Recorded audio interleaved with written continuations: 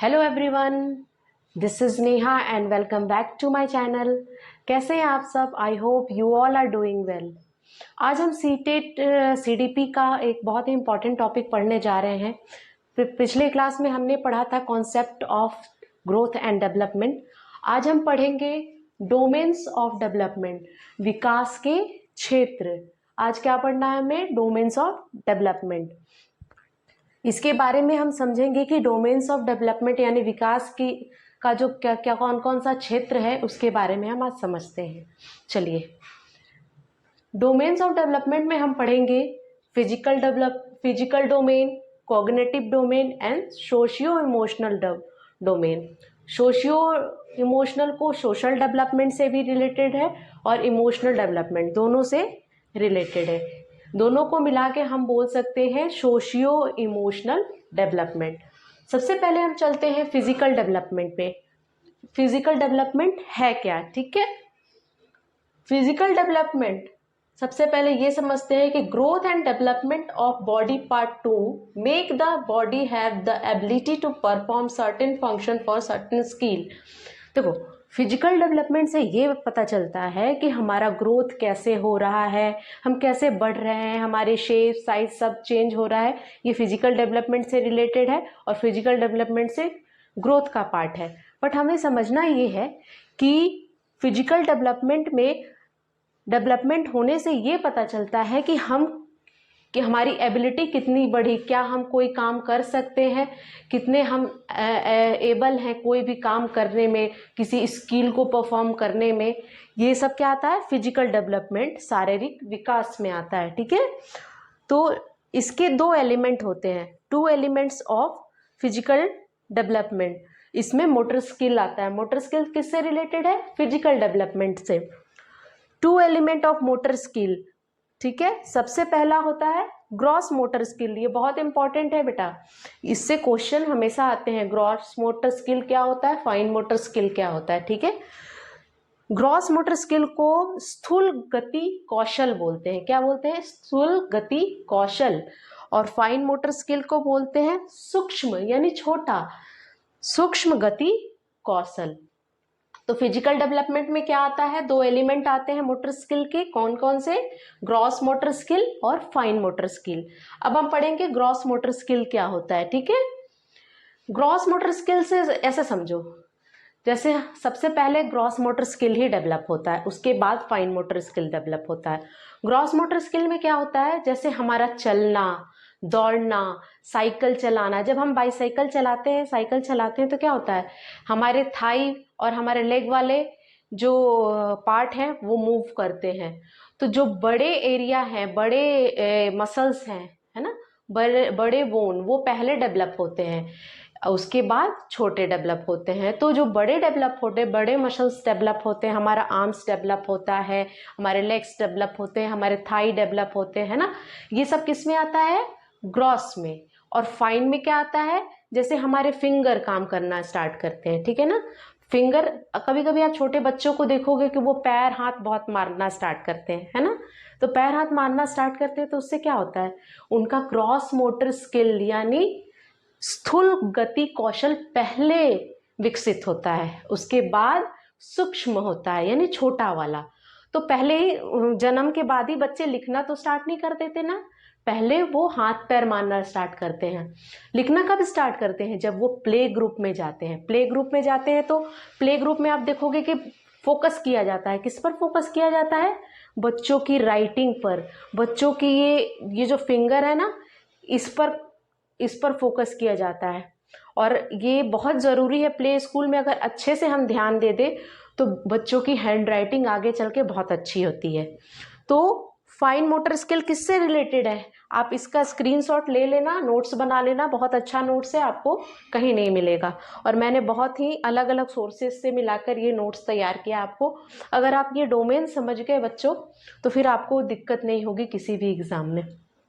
तो fine motor skill में क्या होता है? राइटिंग, लिखने से, ड्राइंग से, पेंटिंग से। छोटे छोटे बच्चों को आपने देखा होगा कि दीवारों पे स्क्रीबलिंग करते हैं। What do you mean by scribbling? वो ऐसे ऐसे खींचा तानी करते रहते हैं, मतलब कुछ भी बनाते हैं, कोई भी, मतलब किसी भी तरह का शेप ड्रॉ करते हैं जिसका कोई मीनिंग नहीं है, वो क्या है, वो स्क्रिबलिंग है, वो स्टार्टिंग फेज है बच्चों की राइटिंग डेवलप करने का। तो फाइन मोटर स्किल किससे रिलेटेड है, बच्चों की पेंटिंग से, ड्राइंग से, राइटिंग से, लिखने से, छोटे छोटे मसल्स काम करते हैं, है ना। ये सब फिंगर हमारा डेवलप होता है, फाइन मोटर स्किल में आता है। और बड़े मसल में ग्रॉस, ठीक है ना, स्थूल में आ जाएगा ग्रॉस एंड फाइन यानी सूक्ष्म। आई थिंक ये आपको फिजिकल डेवलपमेंट समझ में आ गया होगा। Let's move on to cognitive development. ये बहुत इंपॉर्टेंट है कोग्निटिव डेवलपमेंट, इससे बहुत सारे आगे क्वेश्चंस बनेंगे।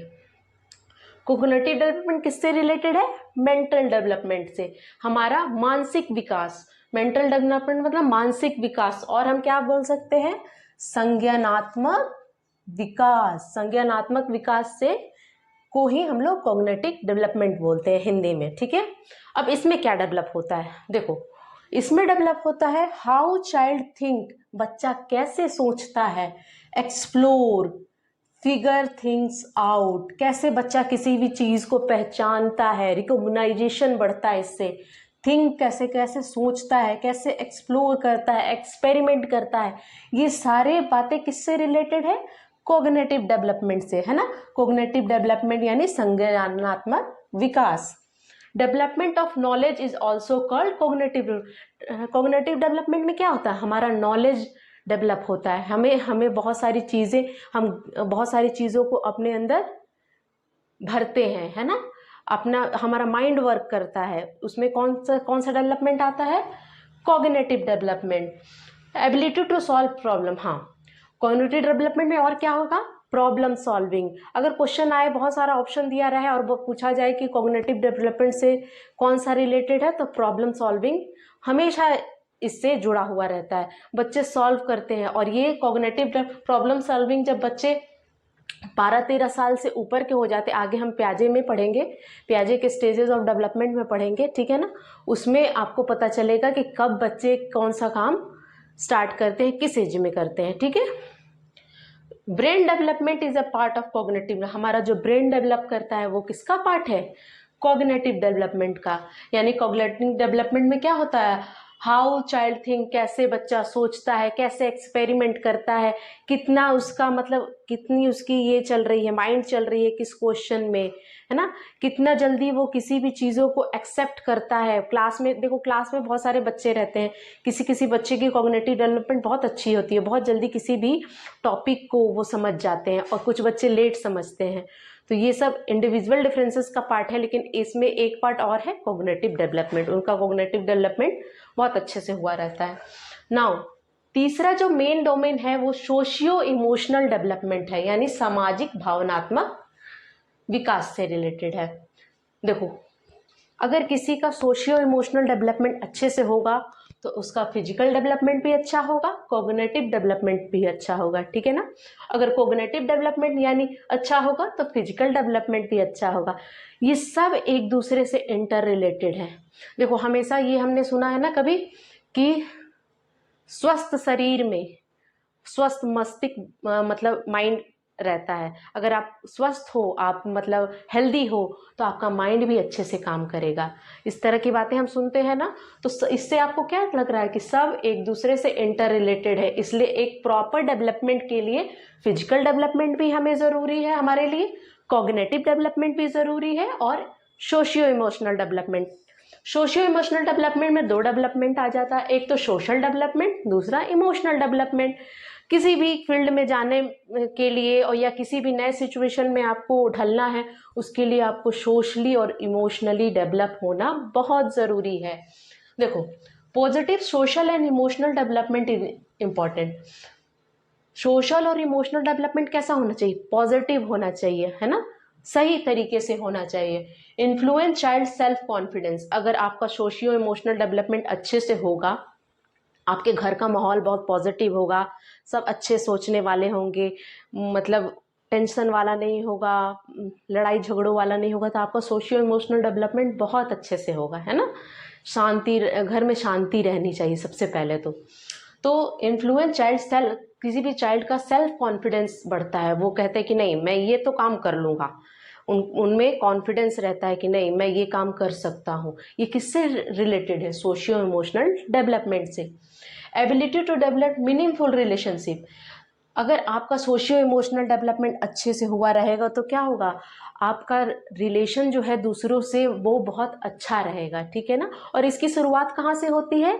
घर से होती है, क्योंकि हम जानते हैं ना, सोशलाइजेशन में हम पढ़ेंगे कि फर्स्ट स्कूल बच्चों का क्या होता है? बच्चों की फर्स्ट स्कूल उसका घर होता है, उसके माँ बाप होते हैं उसके पहले टीचर, है ना।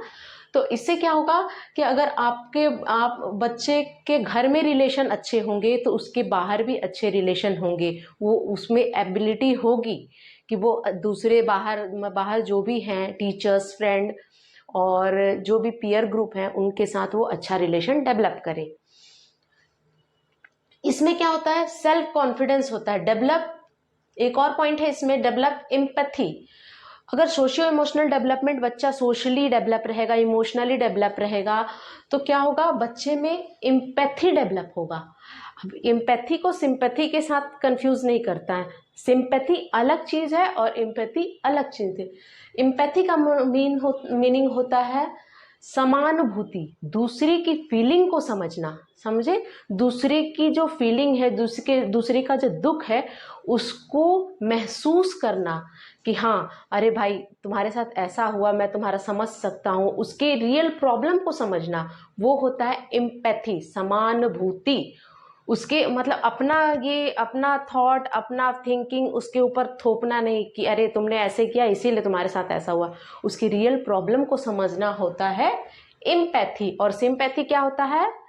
सहानुभूति, अरे हाँ अरे यार तुम्हारे साथ ऐसा हो गया, ओह ये हो गया। सिंपैथी दिखाना, कर तो कुछ नहीं रहे हैं, बस सिंपैथी दिखा दिया, उसकी प्रॉब्लम को नहीं समझ रहे हैं, अपना पर्सपेक्टिव उसके ऊपर थोपना, अरे तुमने ऐसे किया होगा इसीलिए तुम्हारे साथ ऐसा हो गया होगा। तो सिंपैथी और एम्पैथी पे मैं एक वीडियो लाऊंगी क्योंकि बहुत लोगों को कंफ्यूजन रहता है। तो सिंपैथी और एम्पैथी क्या होता है मैं आपको पढ़ाऊंगी, ठीक है। Children start to understand who they are and what they are feeling, ठीक है।